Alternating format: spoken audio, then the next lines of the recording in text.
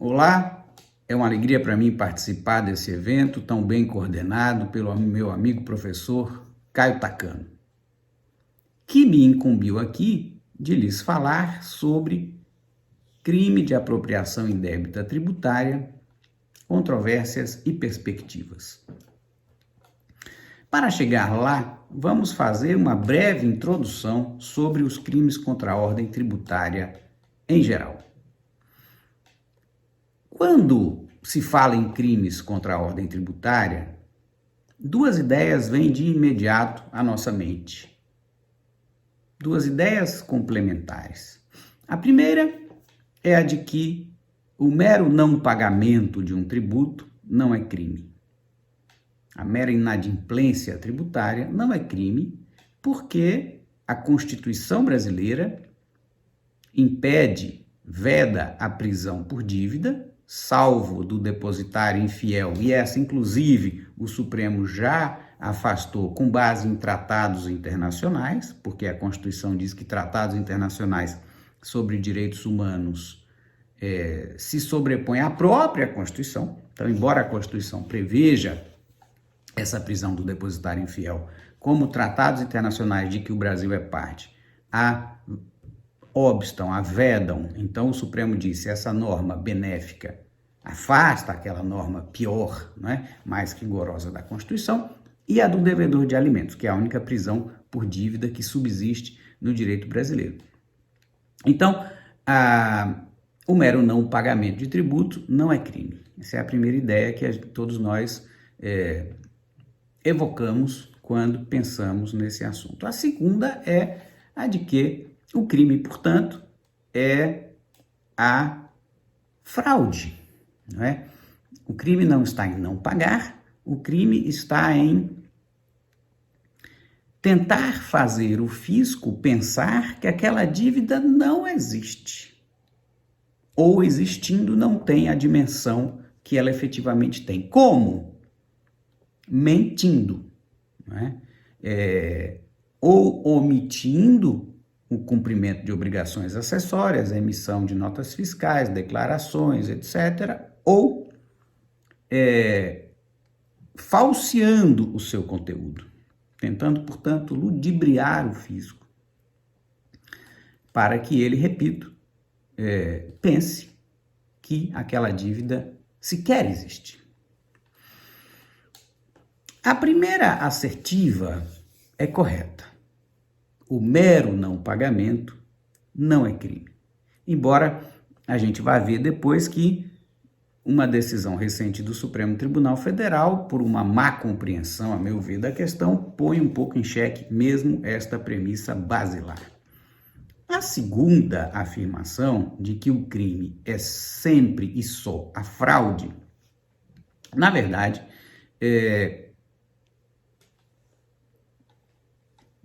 requer ou exige ou aceita ou admite exceções. Na verdade, a exceção é exatamente o crime de apropriação indébita tributária, no qual o contribuinte não mente, não há fraude, não há sonegação, porque ele declara corretamente a sua dívida, escritura com exatidão todos os seus documentos contábeis e fiscais, mas não paga o tributo. E só por isso é criminalizado. Mas aí então vocês dirão, isso não contraria aquela primeira premissa de que o mero não pagamento não é crime? Não, se o crime de apropriação indébita tributária for compreendido com o devido rigor. No crime de sonegação, o bem jurídico protegido é a lealdade, é a verdade das declarações do contribuinte para o fisco, perante o fisco, não é? Portanto, o que se visa é impedir ou coibir a fraude, a mentira. Já no crime de apropriação indébita, repito, entendido de forma adequada, correta, o bem jurídico protegido é a confiança que o Estado deposita numa certa pessoa para colher tributo devido por outra pessoa e repassar esse tributo para o Estado. Então, esse agente, né, que necessariamente, a meu ver e ao ver de toda a doutrina, é um responsável tributário, ou seja, aquela pessoa que não é o contribuinte, não foi ela que realizou o fato gerador, que teve relação pessoal e direta com o fato gerador, como diz o Código Tributário Nacional, no artigo 121, mas que é posta na condição de sujeito passivo e, portanto, dela se exige a conduta de pagar o tributo. Tributo, repito, cujo fato gerador não é dela, cuja capacidade contributiva não é dela e, consequentemente, cujos recursos utilizados no pagamento também não são dela. Ela paga, mas ela paga com dinheiro que ela obtém daquela pessoa que seria o verdadeiro contribuinte, aquela pessoa que realizou o fato gerador. O Estado, por uma questão de comodidade ou até de impossibilidade de conduta diversa, exige de B o tributo devido por A. Na impossibilidade de conduta diversa, a gente tem, por exemplo, a sucessão da empresa que foi incorporada pela incorporadora. Né? Se a empresa foi incorporada, ela foi extinta, não existe mais, não é possível cobrar dela o tributo. Né? Se a pessoa física morreu, então cobra-se o tributo do seu espólio ou do seu herdeiro nos limites da força da herança, porque obviamente não é possível mais cobrar dela. Por vezes, essa ideia de responsabilidade tributária, ou esse instituto da responsabilidade tributária, ele atende a uma questão de mera conveniência. Eu até poderia cobrar do contribuinte, mas é mais fácil cobrar de outra pessoa, que por isso mesmo o legislador põe na situação de responsável. O que acontece na substituição tributária é o que acontece na retenção do imposto de renda na fonte, não é? O fisco poderia cobrar o imposto de renda do empregado, mas por uma questão de facilidade, cobra o do empregador, né, no momento em que ele paga o salário. Então, voltando à ideia de fechado esse parêntese sobre o que é a responsabilidade tributária, né, e voltando à ideia da apropriação indébita tributária, que é o nosso tema aqui, para que esse crime não resvale, não é, na pura criminalização da inadimplência, ele tem que ser entendido da seguinte maneira: é crime não pagar? Sim, desde que se trate de tributo que o agente colheu de um outro particular na obrigação, no compromisso de repassar ao Estado. Portanto, o bem jurídico protegido não é simplesmente a arrecadação, a proteção dos cofres públicos, porque se fosse, todo não pagamento seria crime. E isso, como já vimos, contraria a Constituição, contraria o Pacto de San José da Costa Rica, contraria outros tratados internacionais de que o Brasil é parte. O bem jurídico protegido, então, é a confiança que o Estado deposita naquele particular, para, agindo quase que no seu lugar, como uma longa manus, né, como uma longa mão sua, do Estado, retire o valor lá onde ele está e o entregue para o fisco. Né? E é isso que a gente vê na redação do artigo 2º, inciso 2º, quando ele diz: constitui crime da mesma natureza, crime contra a ordem tributária, ele está se referindo ao artigo 1º, né, crime da mesma natureza daquele do artigo 1º, que é a sonegação. E no inciso 2, que é onde se fala da apropriação indébita, deixar de recolher no prazo legal valor de tributo descontado ou cobrado na condição de sujeito passivo e que deveria entregar aos cofres públicos. Então, as expressões chaves aqui, e uma redação semelhante está no artigo 168-A do Código Penal, que diz respeito à apropriação previdenciária, deixar de recolher valor descontado do segurado, etc. As expressões chaves aqui são essas de descontado e cobrado, que tem causado aí alguma dificuldade de compreensão, embora não devessem. O tributo descontado é algo que todos nós conhecemos, é da realidade cotidiana das pessoas, não é? É o caso do desconto na fonte ou da retenção na fonte do imposto de renda, é o caso do desconto ou da retenção na fonte da contribuição previdenciária do empregado pelo empregador. Portanto, isso não causa nenhuma dificuldade de compreensão maior.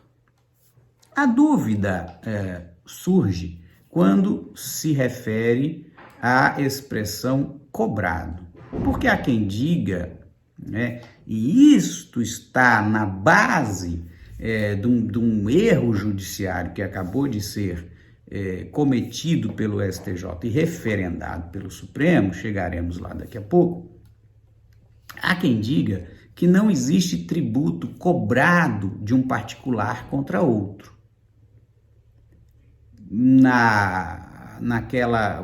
Baseando-se naquela afirmação assim leiga, singela, de que quem cobra tributo é o Estado. De fato, no geral, quem cobra tributo é o Estado. Porém, ao contrário do que possa parecer, e isso é muito importante, há diversas situações em que um particular cobra tributo de outro para depois entregar ao Estado. Cobra tributo mesmo, como tributo, não como algo embutido no preço, não é como um elemento formador do preço ou como um custo tributário.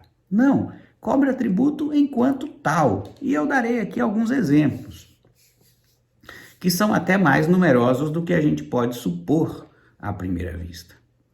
Pensemos na CPMF, quando a CPMF era cobrada. E há quem diga agora que, não é, depois na recuperação da pandemia, pode ser que ela volte a ser. E de vez em quando se cogita dessa possibilidade. Como que esse tributo é operacionalizado? Né? O sujeito faz as suas movimentações bancárias, o banco vai registrando aquilo. Ao final do período de apuração, se eu não me engano era semanal, o banco diz o seguinte: olha, você, Igor, deve R$30 de CPMF nesta semana.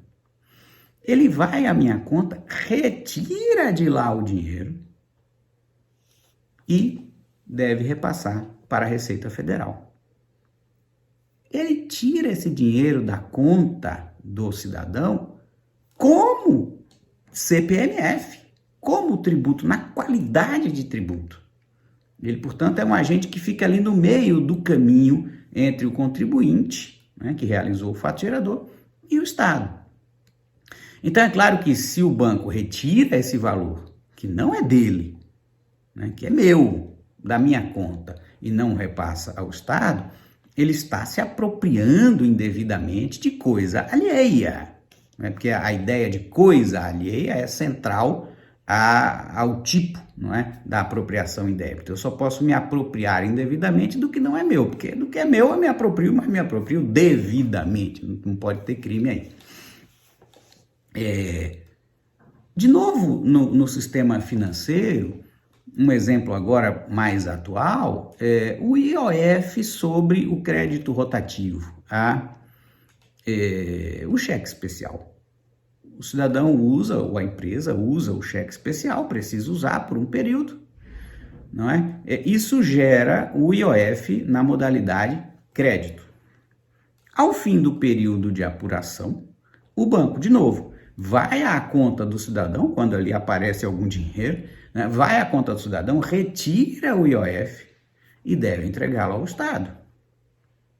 Então ele está cobrando, nesses dois exemplos que eu dei, não é possível se pensar em desconto ou retenção, porque desconto ou retenção acontece quando o agente retentor paga algo a alguém e desse algo retém uma parcela para entregar a outrem. Aqui não, o banco não está pagando nada para o correntista, né? É ao contrário, o dinheiro está lá e ele retira só aquela exata porção da CPMF ou do IOF para entregar ao Estado. Então é cobrança de tributo, não de preço, não de tarifa, de tributo enquanto tributo. Por um particular, o banco contra outro particular, o seu correntista.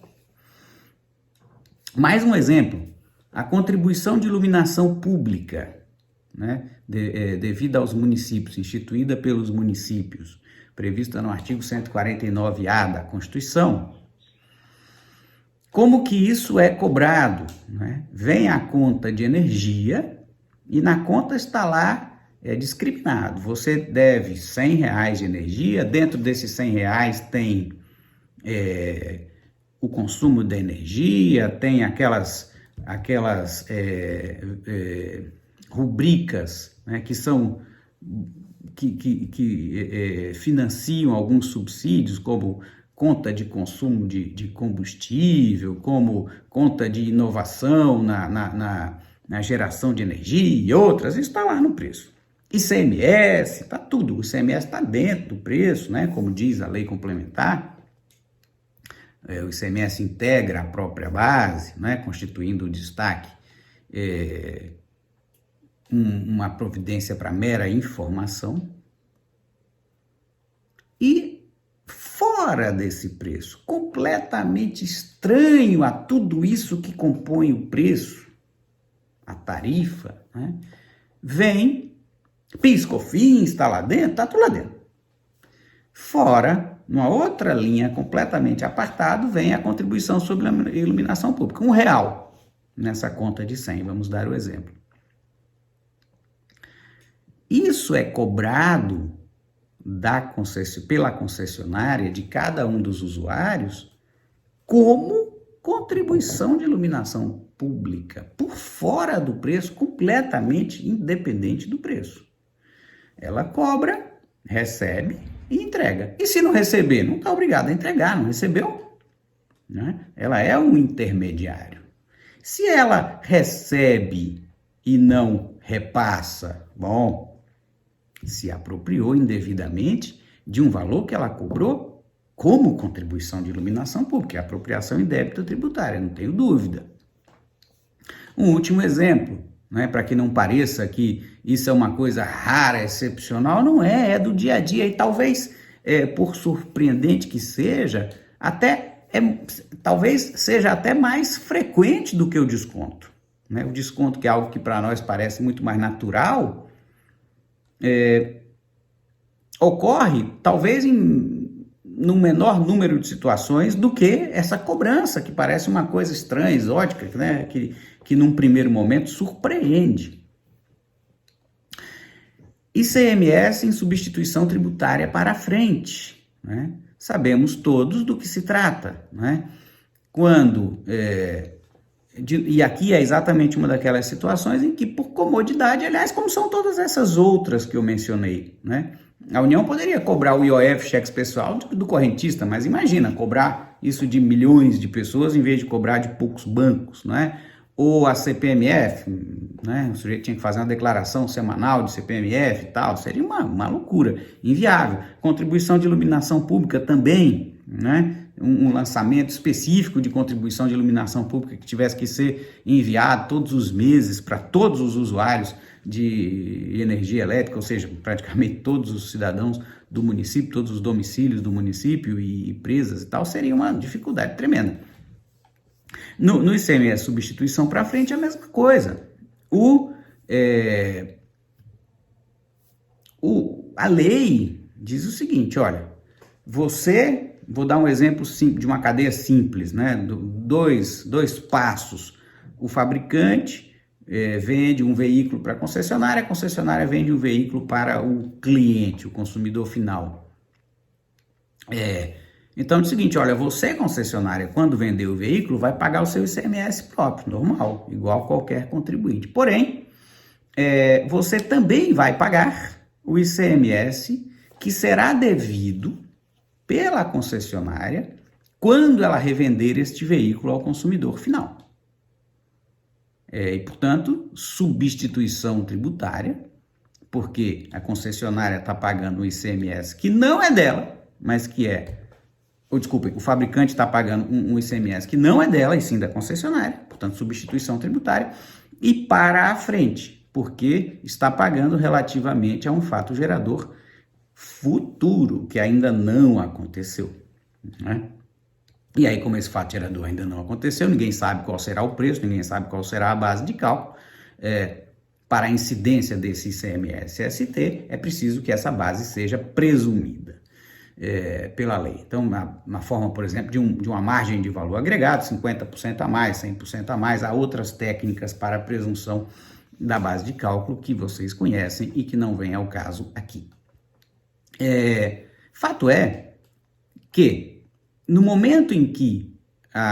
isso, de novo, vem por uma questão de comodidade, né? E vem alguns setores, como bebidas, cigarros. Imagina cobrar ICMS, exigir formalização, documentação de todos os pequenos estabelecimentos ou até ambulantes que vendem bebidas e cigarros, bancas de jornal, etc. Seria um negócio, na prática, muito pouco eficiente, né?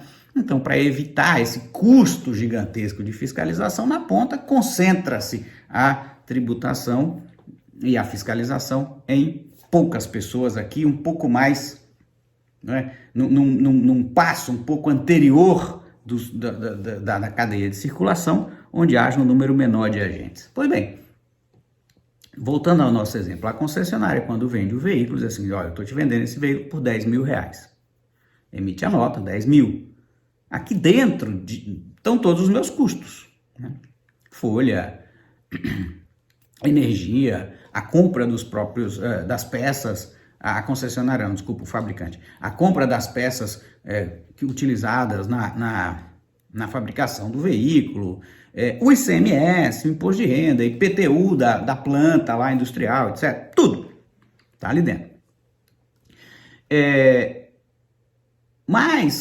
Então 10 mil, mas como eu vou ter que pagar para você, concessionária, um imposto que é seu, que não é meu, né? E esse imposto, digamos, vai ser de R$500, imaginemos que a MVA seja de 50% e que a alíquota seja de 10%.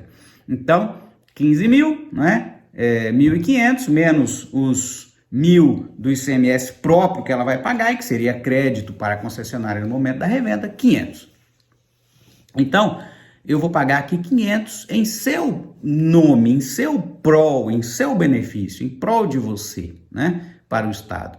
Como que o ressarcimento desse valor se faz para o fabricante, né? Ele não paga isso com os 10 mil que ele recebe. Na nota ele põe 10 mil mais 500.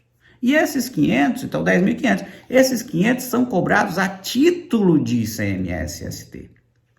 A título de imposto, não a título de preço, igual é o ICMS próprio dele que está lá dentro do preço, né? Portanto, ele recebe os 10 mil, com esses 10 mil ele faz o que ele quiser, o dinheiro é dele, vai ter que pagar uma série de obrigações, inclusive tributárias, e se não fizer, assume as consequências, mas os 500 são dinheiro alheio. São dinheiro alheio.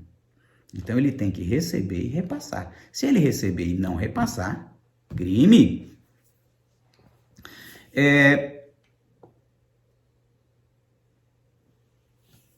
Tanto é assim, lembrei o que eu ia falar, tanto é assim que as legislações estaduais, como vocês bem sabem, impedem a miscigenação desses dois regimes, do ICMS próprio e do ICMS-ST. Né? Eu recebo esses 500, sou o fabricante, recebo esses 500 de ICMS-ST para repassar para o Estado. Mas eu falo assim, bom, mas eu tenho que milhões de reais de créditos de ICMS acumulado. Então, o que eu vou fazer? Eu vou pegar esses 500 reais, pôr no bolso e jogar o ICMS-ST na conta gráfica, matando-o com os meus créditos acumulados. Pode? Não. Não pode. Porque exatamente são regimes incomunicáveis. Uma coisa é a minha apuração de ICMS, outra coisa é o ICMS do terceiro, que eu recebo como imposto e tenho que repassar para frente como imposto. E se não o faço, incorro na apropriação indébita.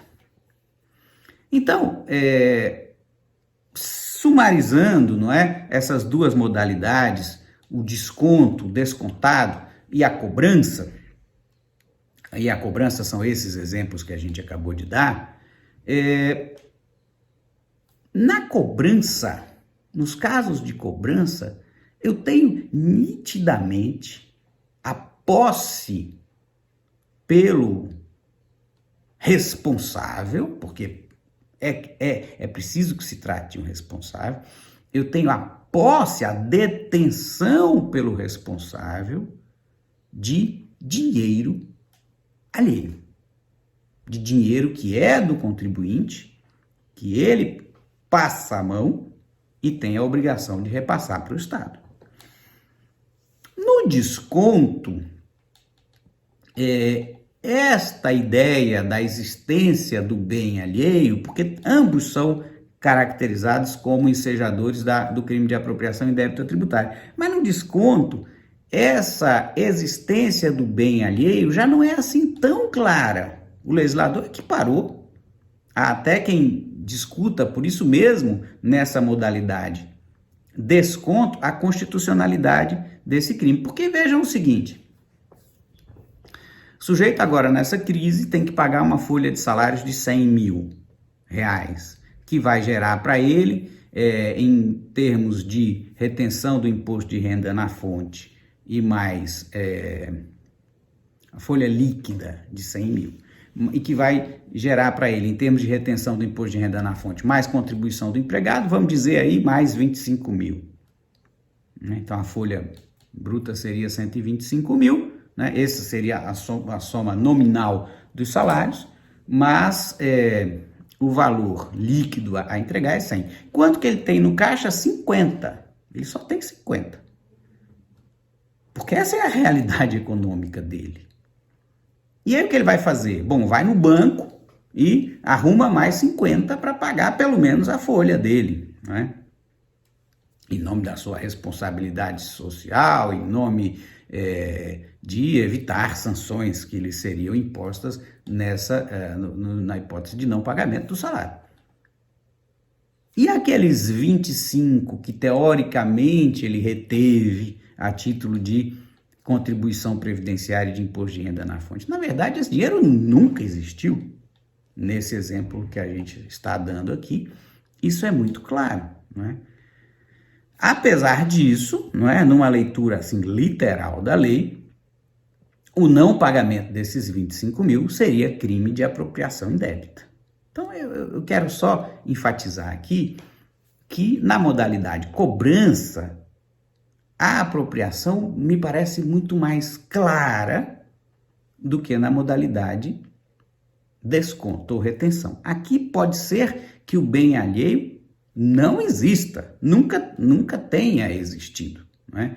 Não é verdade que ele tinha os 125 mil, que esses 125 mil de direito seriam dos seus empregados e que ele, então, no momento de pagar, reteve os 25 a título dos dois tributos e não os repassou. Esse dinheiro não existia, não tinha nem os 100, teve que ir no banco buscar. não é? E é bem por isso que nessa situação específica de desconto, e sobretudo quando o contribuinte prove a dificuldade econômica pela qual passou, e é óbvio que essa prova tem que ser uma prova bastante bem estruturada, bastante bem demonstrada, há decisões afastando o crime por aplicação daquela figura da inexigibilidade de conduta adversa, né? Isso acontece na modalidade retenção, na modalidade cobrança, eu penso que seria muito mais difícil, e pelo menos nunca vi, exatamente porque ali há de fato trânsito físico, se podemos dizer assim, né? Pelo menos escritural, no banco, do dinheiro, ao efetivo recebimento do valor, e portanto o descumprimento do dever de repassar reveste-se de uma gravidade até maior do que naquela outra submodalidade, embora ambas estejam tratadas conjuntamente no dispositivo legal.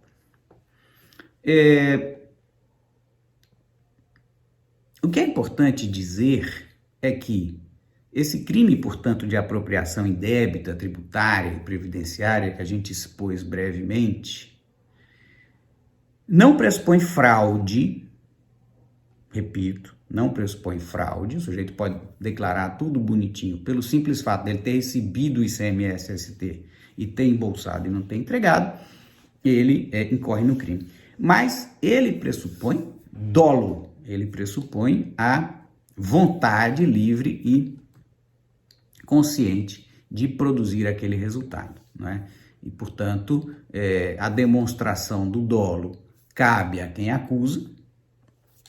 O Ministério Público nem sempre faz essa demonstração de maneira muito cabal e, no fundo, embora não devesse ser assim, porque o ônus da prova é sempre de quem acusa e nunca de quem se defende, né? No fundo, acaba, na prática do dia a dia, acaba sobrando para o contribuinte o dever de demonstrar que não poderia ter agido diferentemente, mormente, repito, naqueles casos de desconto, não é, para obter uma absolvição. Feita essa longa introdução, longa, mas necessária, e no fundo que já é mesmo o nosso tema, eu quero chegar na decisão recente, nas decisões recentes do STJ e do Supremo, que enquadraram no crime de apropriação indébita tributária o não pagamento do ICMS próprio devidamente declarado pelo contribuinte. ICMS-ST não temos a menor dúvida de que se enquadra aí. Mas o ICMS próprio, a meu ver, merece ou mereceria um tratamento completamente distinto. Porque o ICMS próprio é dívida própria do contribuinte. Não é um valor que ele recebe do consumidor final para entregar ao Estado. E, portanto, não satisfaz aquele elemento do tipo penal da apropriação indébita consistente na existência de coisa alheia. Não há coisa alheia da qual o contribuinte que não paga, que, repito, declarou, portanto, de sonegação definitivamente não se trata, que declarou o seu ICMS próprio e não pagou. Qual foi o raciocínio em que se baseou, sobretudo, o STJ para chegar à conclusão contrária aos contribuintes? E agora eu acho que a gente vai compreender isso em um minuto. O STJ disse o seguinte: desconto, voltou lá no artigo 2º, inciso 2º da 837, claro, não é? É o comando legal em questão. desconto de tributo de um particular contra outro existe, todo mundo sabe o que é. Agora, cobrança não. Não existe cobrança de tributo de um particular contra outro. Isso é o parágrafo assim, é o coração do voto do relator, ministro Rogério Schietti. Esse foi um julgamento da terceira sessão do STJ e, portanto, consolidou a jurisprudência daquele tribunal nesse sentido. Cobrança não existe cobrança de tributo de um particular contra outro, quem cobra tributo é o Estado. Logo, esse termo cobrado no artigo 2º, inciso 2º da Lei dos Crimes contra a Ordem Tributária não comporta uma interpretação jurídica, porque se fôssemos buscar o sentido jurídico dele, isso disse o relator, não encontraríamos nada, porque não existe tributo cobrado de particular contra particular. Quem cobra tributo é o Estado.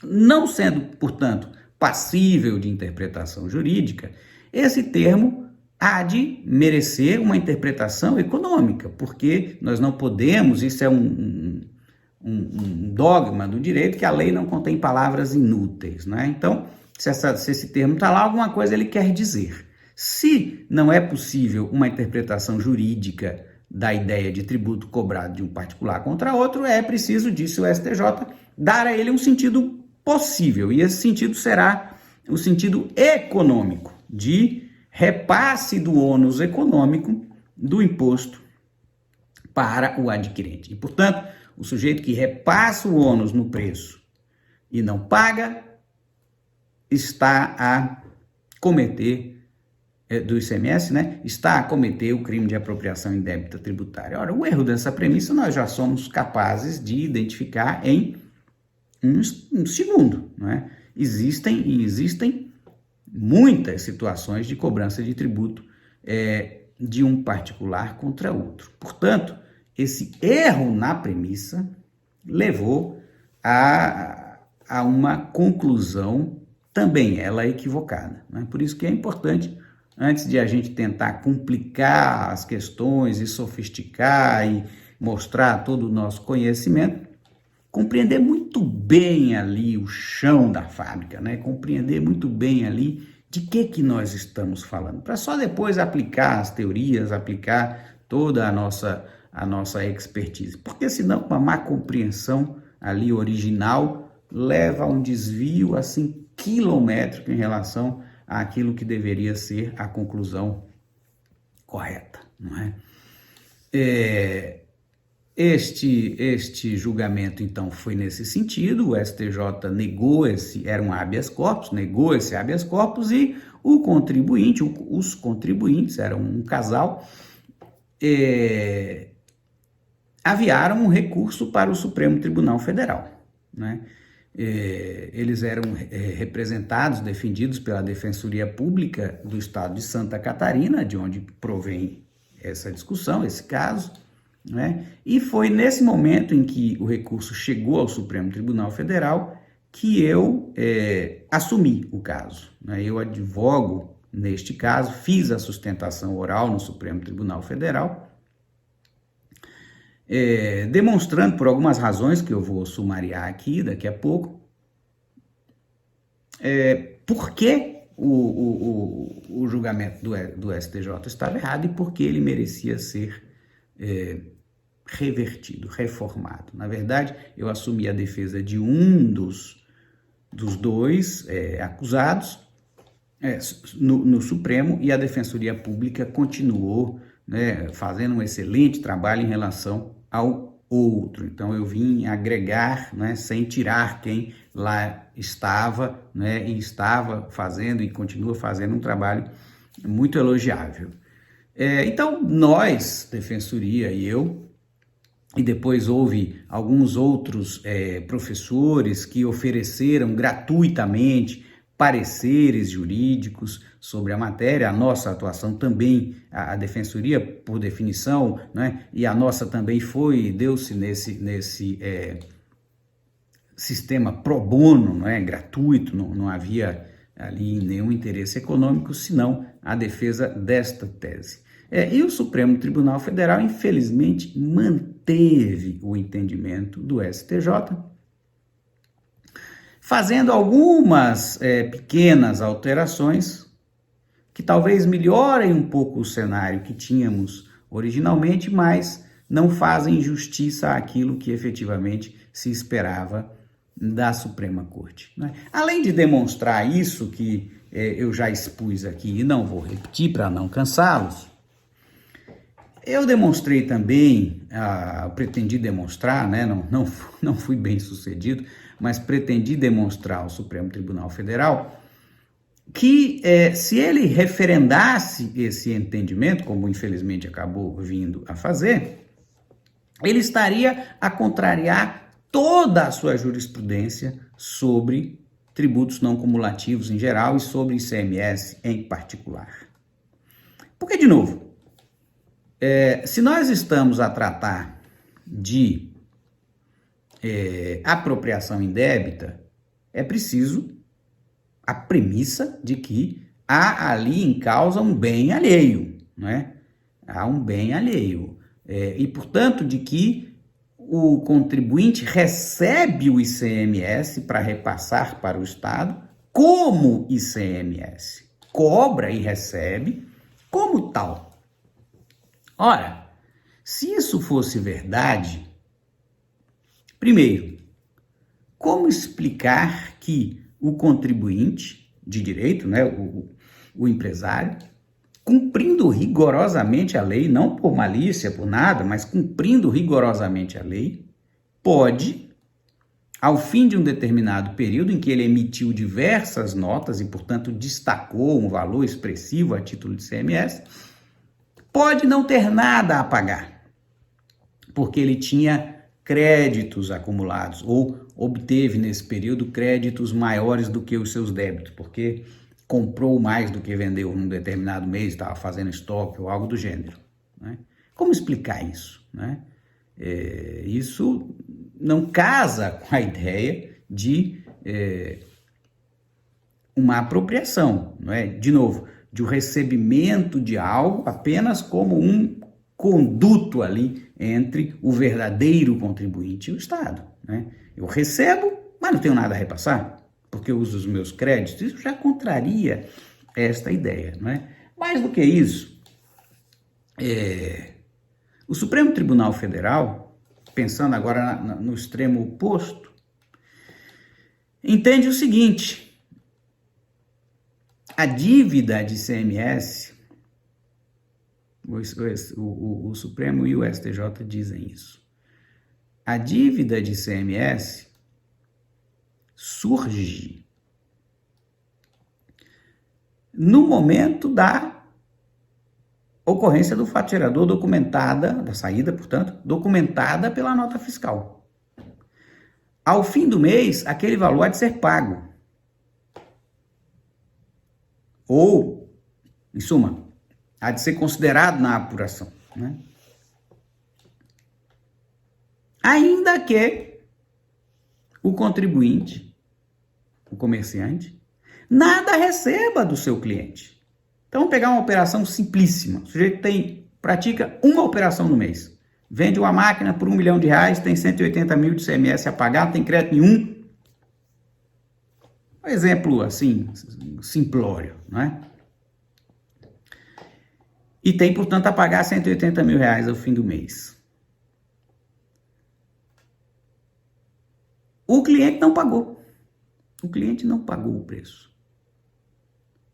O que diz o Supremo? Isto é o risco do seu negócio. Isso é um problema de direito privado entre você e o seu cliente. O imposto há de ser pago.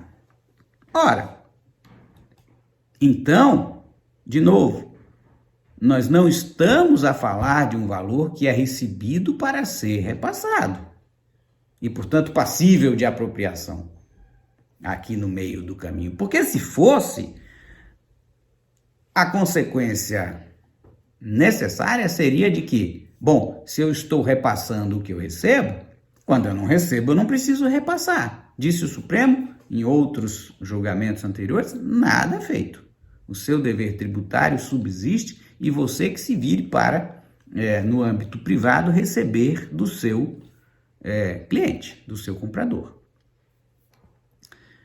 Se o contribuinte de direito fosse o consumidor final, portanto, se o imposto fosse dele, entregue como imposto para o comerciante, para que ele repassasse para o preço, ora, se isso fosse verdade, a situação jurídica deste consumidor final é que deveria ser relevante para a definição do regime aplicável a essa incidência. Sendo um pouco mais claro, uma entidade beneficente de assistência social imune a impostos sobre patrimônio, renda e serviço, na forma do artigo 150, inciso 6 da Constituição,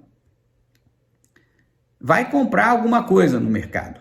Vai comprar veículos, ou vai comprar, sei lá o quê, qualquer coisa. Uniformes para um hospital. Ela diz o seguinte, olha, eu sou imune a impostos. Esse ICMS é meu. O comerciante é um mero veículo pelo qual isso passa entre mim e o Estado, de mim para o Estado. Portanto, se eu sou imune, nessa minha compra não pode ter ICMS.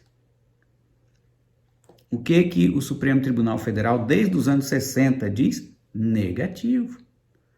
O ICMS é a obrigação do vendedor. O regime jurídico que interessa é o regime jurídico do vendedor.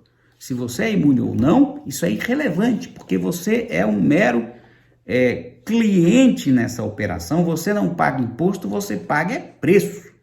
E de fato, não é quando cada um de nós vai a uma loja comprar uma mercadoria qualquer, um celular, ou vai ao supermercado fazer compras, né? O que a gente paga ali é preço.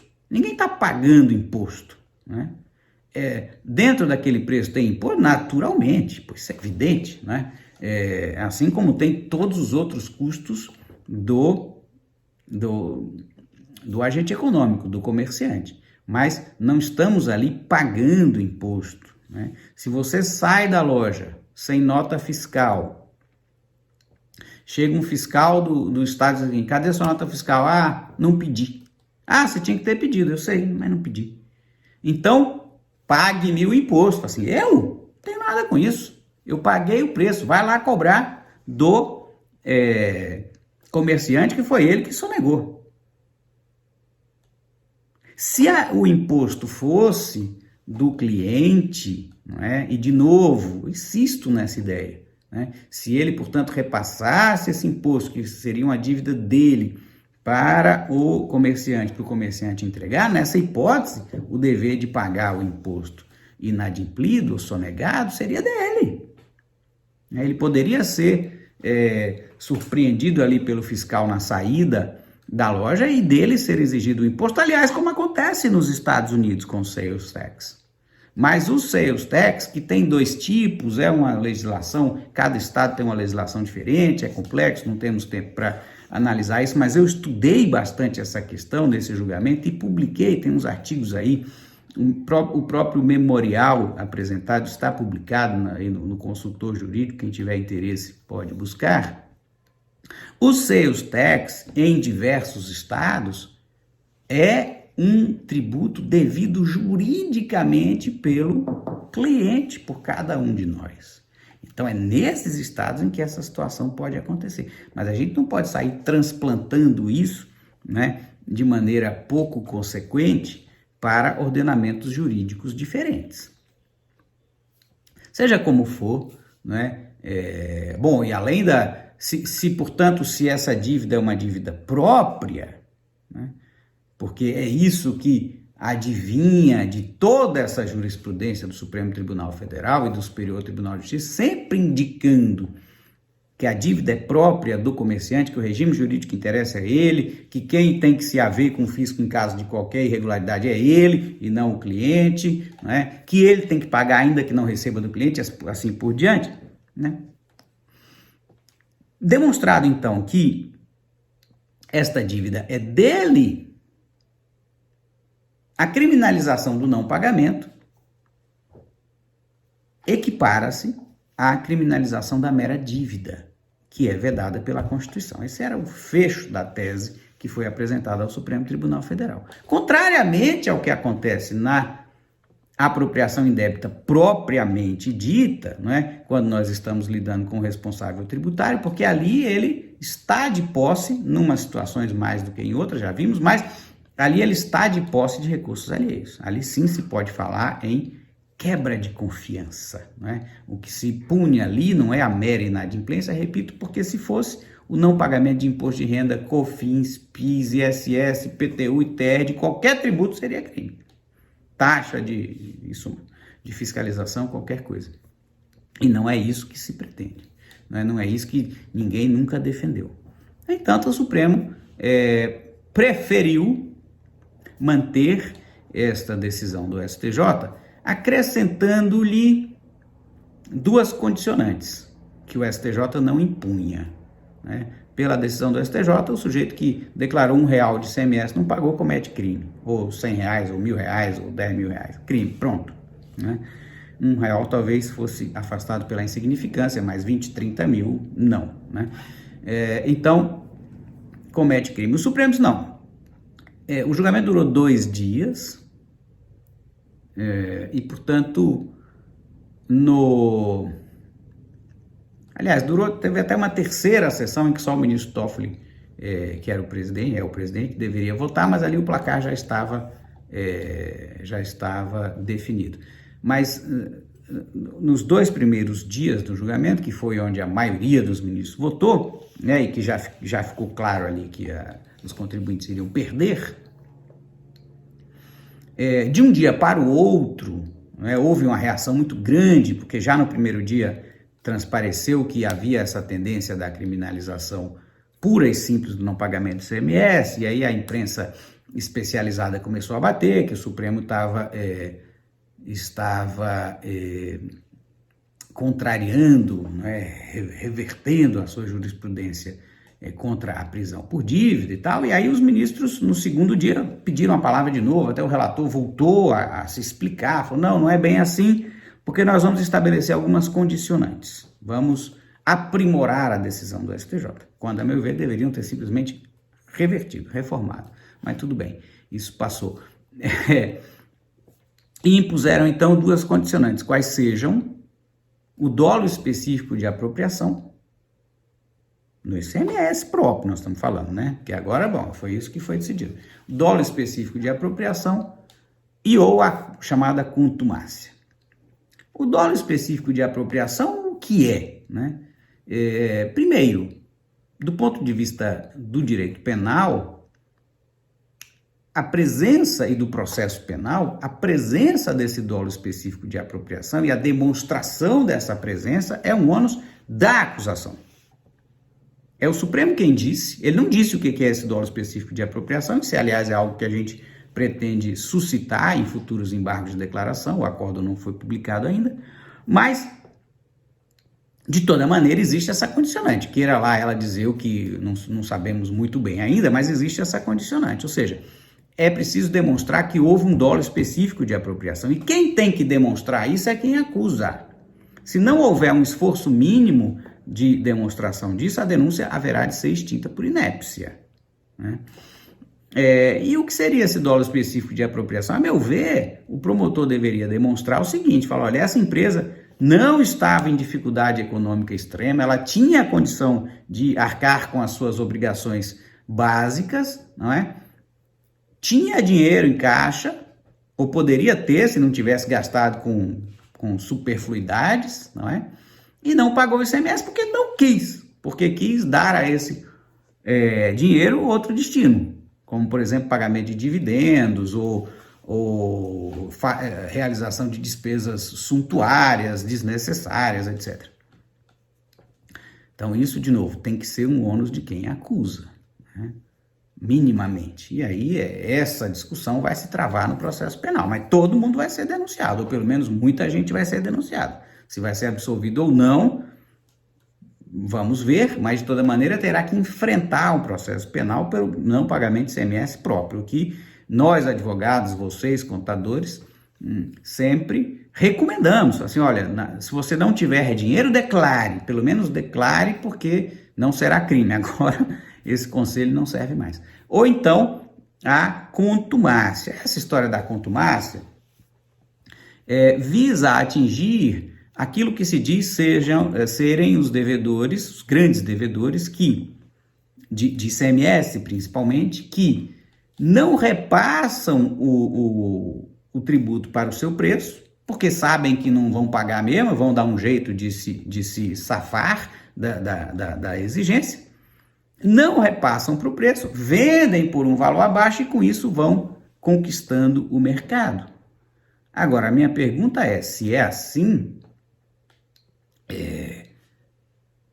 se ele não repassou para o preço, ele se apropriou indebitamente de quê? De um imposto não repassado? Parece bastante paradoxal. Essas questões serão postas nos embargos de declaração. Nos aqui chegando ao fim do tempo, mas eu não poderia deixar de fazer um comentário. Um dos fundamentos mais invocados no julgamento foi a recente decisão do Supremo, que está nesse ata, não sai do lugar, sobre o PIS/COFINS sobre o ICMS. Porque lá, um dos fundamentos utilizados para aquela decisão, que a meu ver é uma decisão incorreta, benéfica para os contribuintes, mas incorreta e benéfica entre aspas, porque até agora ninguém pôs a mão nesse dinheiro, né? Há toda sorte de pedido de modulação, abertura de fiscalização toda vez que o contribuinte pretende realizar, mesmo quem já tem coisa julgada. Então é uma vitória que até agora não se materializou para 99% dos contribuintes, pelo menos. Lá, um dos fundamentos, não o único, foi esse fundamento equivocado de que o ICMS não poderia, o PIS/COFINS não poderia, o PIS e a COFINS não poderiam incidir sobre o ICMS porque ele não é receita própria do contribuinte, e sim um valor que apenas transita pelo seu caixa, mas que desde sempre pertence ao Estado. Essa é uma afirmação errada, né? Que foi ali utilizada e que acabou convencendo uma parte do Supremo Tribunal Federal num julgamento de alguma maneira favorável aos contribuintes, né? Embora na prática, repito, ainda não tenha gerado grandes frutos, mas é uma afirmação errada.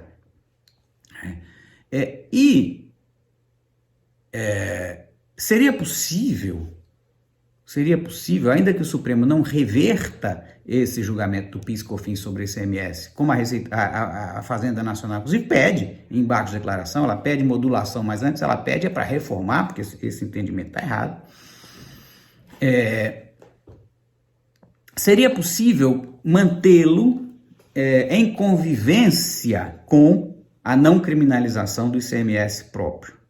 Não foi o que aconteceu, já vimos, mas seria possível. Por quê? Porque o simples fato, mesmo afastado esse entendimento, ou esse fundamento, essa premissa equivocada utilizada lá no PIS/COFINS sobre o ICMS, de que o ICMS não é receita própria do contribuinte, e sim um valor que só transita pelo seu caixa, mesmo afastado isso, porque isso definitivamente está errado, seria possível manter, se o Supremo assim entendesse, manter a decisão favorável aos contribuintes no PIS e COFINS sobre o ICMS com base em outros fundamentos, como, por exemplo, o conceito jurídico de receita, né? Afirmando que esse valor não constituiria receita, porque, embora pertença ao contribuinte, gera uma despesa imediata, por exemplo. É um conceito, assim, eu diria não exatamente correto, mas que poderia ser utilizado se o Supremo pretendesse manter essa decisão do PIS/COFINS sobre o ICMS. Porque, de fato, algo pode pertencer a alguém, um recurso, um ingresso de recurso pode pertencer a alguém sem constituir juridicamente, porque aqui é um conceito jurídico de receita. Imaginemos, para concluir, né, que um escritório de advocacia pague custas judiciais para um cliente seu, né? E depois emite uma nota de reembolso contra este cliente, no valor daquelas custas. Teve que pagar ali correndo, tinha que distribuir a ação. Esse reembolso, esse dinheiro que entra a título de reembolso é de quem? É do escritório, sem a menor dúvida, né? Mas integra o seu conceito jurídico de receita? Há quem diga que sim, que reembolsos de despesas integram o conceito de jurídico de receita, mas a mim parece claramente que não, né? Ou seja, uma coisa não tem nada que ver com a outra.